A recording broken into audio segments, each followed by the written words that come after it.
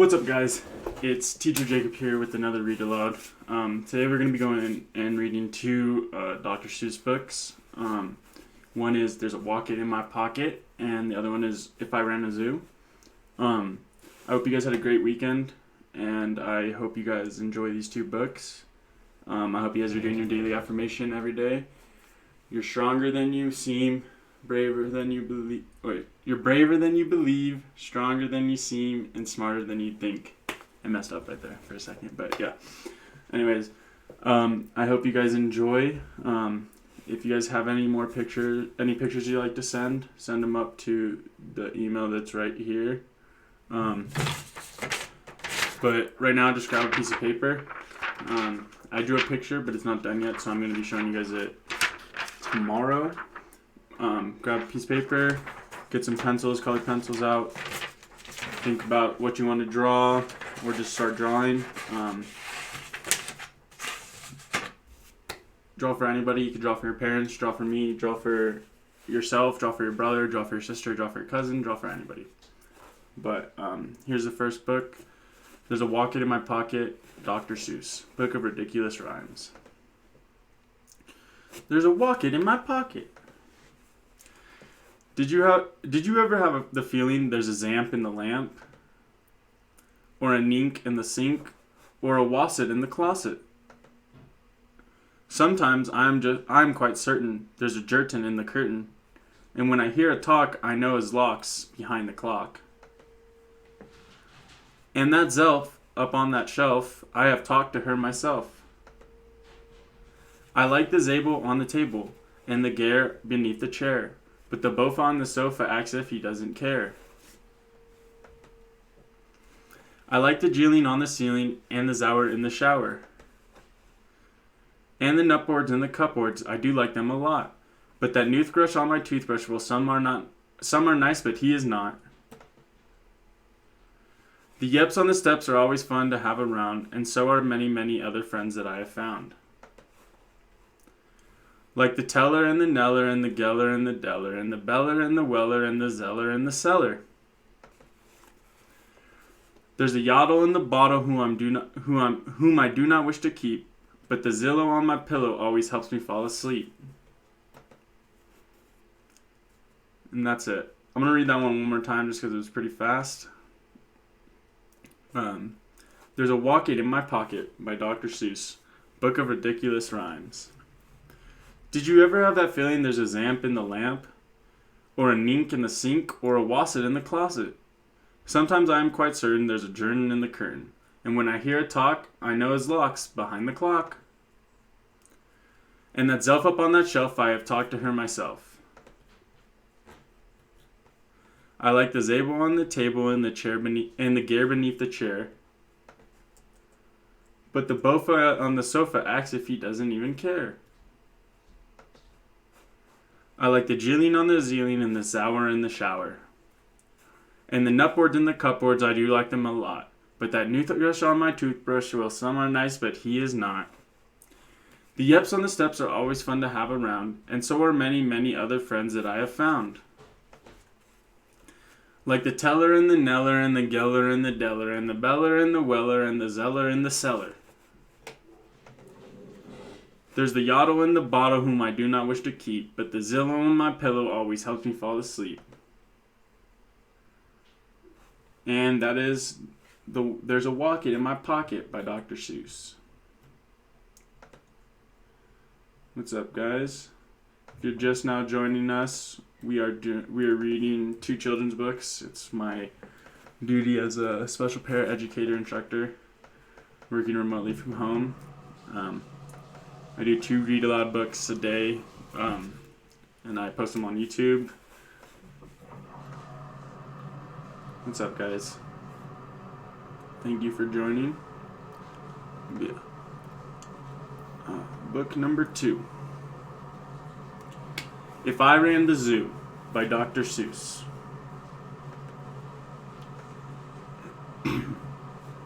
McGrew Zoo is that way. If I Ran the Zoo by Dr. Seuss. It's a pretty good zoo, said young Gerald McGrew, and the fellow who runs it seemed proud of it too. But if I ran the zoo, said young Gerald McGrew, I'd make a few changes, that's just what I'd do. The lions and tigers and that kind of stuff they have up here now are not quite good enough. You see things like these in just any old zoo. They're awfully old-fashioned. I want something new. So I'd open each cage, I'd unlock every pen, let the animals go and start over again. And somehow or other I would think I could find some beast of a much more unusual kind. A 4-footed lion's not much of a beast. The one in my zoo will have 10 feet at least. 5 legs on the left and 5 more on the right. Then people will stare and they'll say, what a sight. The zookeeper, new keeper, Gerald's quite keen. That's the darndest lion I ever have seen. My new zoo, McGrew Zoo, will make people talk. My new zoo, McGrew Zoo, will make people gawk at the strangest odd creatures that ever did walk. I'll get from my zoo a new sort of hen, who roasts in another's hen's top knot. And then another one roasts in the top knot of his, and another in his, and another in his, and so forth and upward and onward. Gee whiz. But that's just a start. I'll do better than that. They'll see me next day in my zookeeper's hat, coming into my zoo with an elephant cat. They'll be so surprised they'll all swallow their gum. They'll ask when they see my strange animals come, where do you suppose he gets things like that from? His animals all have such very odd faces. I'll bet he must hunt them in rather odd places. And that's what I'll do, said young Gerald McGrew. If you want to catch beasts you don't see every day, you have to go places quite out of the way. You have to go places no others can get to. You have to get cold and you have to get wet too. Up past the North Pole where the frozen winds squeal, I'll go and I'll hunt in my Skegel-mobile. And bring back a family of what do you know? That's how my new zoo, McGrew Zoo, will grow. I'll hunt in the mountains of Zomba-Matant with helpers who all wear their eyes at a slant, and capture a fine fluffy bird called the bustard who only eats custard with sauce made of mustard. And also a very fine beast called the flustered who only eats mustard with sauce made of custard. I'll catch 'em in caves and I'll catch 'em in brooks. I'll catch 'em in crannies and I'll catch 'em in nooks that you don't read about in geography books. I'll catch 'em in countries that no one can spell, like the country of Matafapatafapel. In a country like that, if a hunter is clever, he'll hunt up some beast that you never saw ever. I'll load up 5 boats with a family of jotes whose feet are like cows but wear squirrel-skin coats, and sit down like dogs but have voices like goats, except they can't sing the very high notes. And then I'll go down to the wilds of Nantucket and capture a family of lunks in a bucket. Then people will say, now I like that boy heaps. His new zoo, McGrew Zoo, is growing by leaps. He captures them wild, he captures them meek. He captures them slim and he captures them sleek. What do you suppose he will capture next week? I'll capture one tiny, I'll capture one cute. I'll capture a deer that no hunter would shoot. A deer that's so nice he could sleep in your bed, and if it weren't for those horns that he has on his head. And speaking of horns that are just a bit queer, I'll bring back a very odd family of deer. A father, a mother, 2 sisters, a brother, whose horns are connected from one to the other, whose horns are so mixed they can't tell them apart, can't tell where they end, can't tell where they start. Each deer's mighty puzzled, he's never yet found if his horns are hers or the other way around.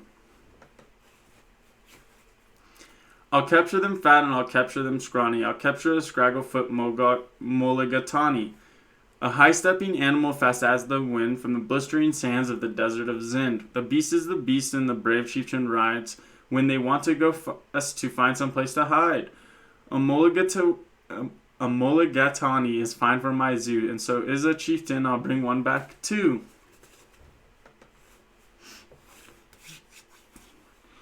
In the far western part of southeast North Dakota lives a very fine animal called the iota, but I'll capture one who is much finer in the northern eastern west part of the South Carolina. When people see him, they will say, now by thunder, this new zoo, McGrew Zoo, is really a wonder.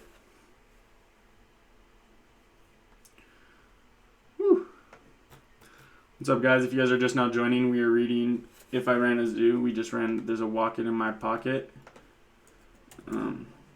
Appreciate any follows if you guys like it. Most beasts are quite friendly, but still in some lands Some beasts are too dangerous to catch with their hands. For those that are ugly and vicious and mean, I'll build a band animal catching machine. It's rather expensive to build such a kit, but with it a hunter can never get bit.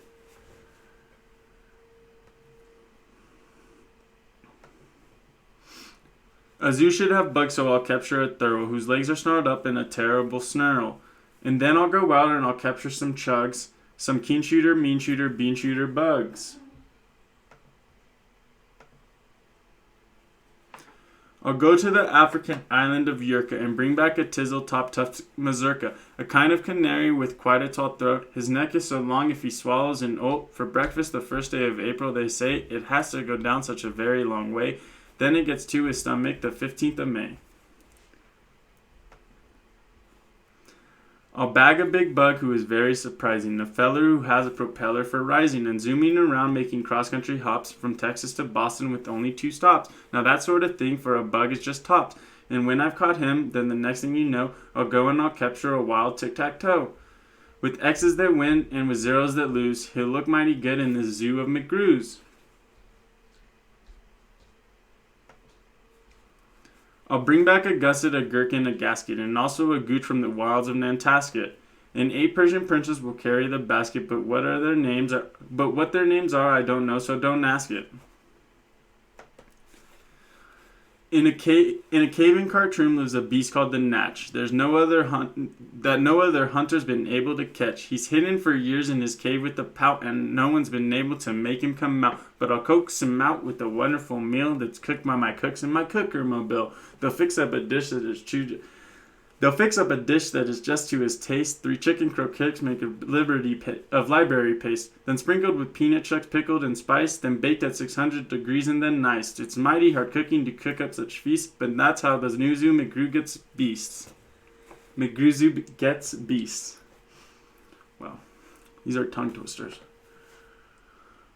I'll go to the faraway mountains of Tops, near the river of Nops, and I'll bring back an ops, a sort of kind of thing, a Mabopsk, who only eats rhubarb and corn on the copse. Then people will flock to my zoo in a mops. McGrew, they will say, does a wonderful jobs.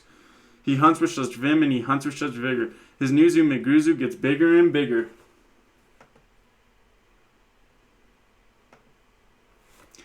And speaking of birds, there's the Russian Paluski, whose headski is redski and belly is blueski. I'll get one of them from my zooski McGrewski.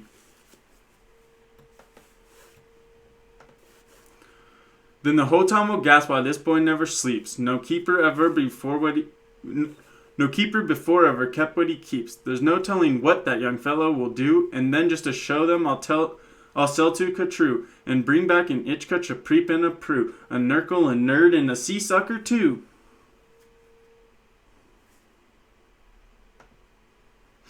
I'll hunt in the jungles of Hipponohungus, and bring back a flock of wild Bipponobungus.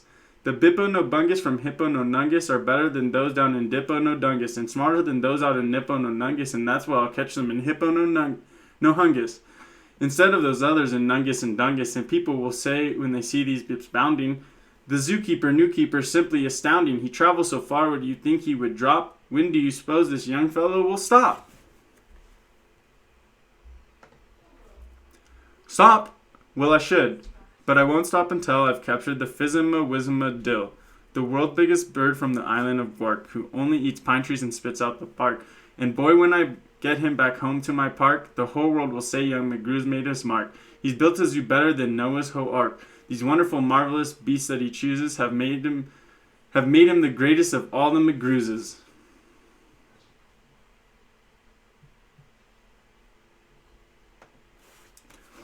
McGrew Zoo.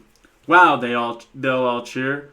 What the zoo must be worth. It's a goddarnedest zoo on the face of the earth.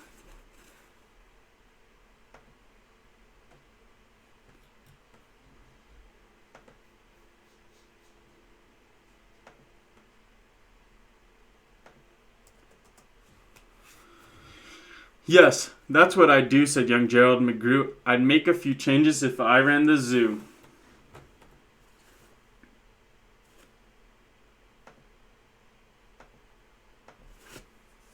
And that is Dr. Seuss. If I ran the zoo. I hope you guys enjoyed those 2 books.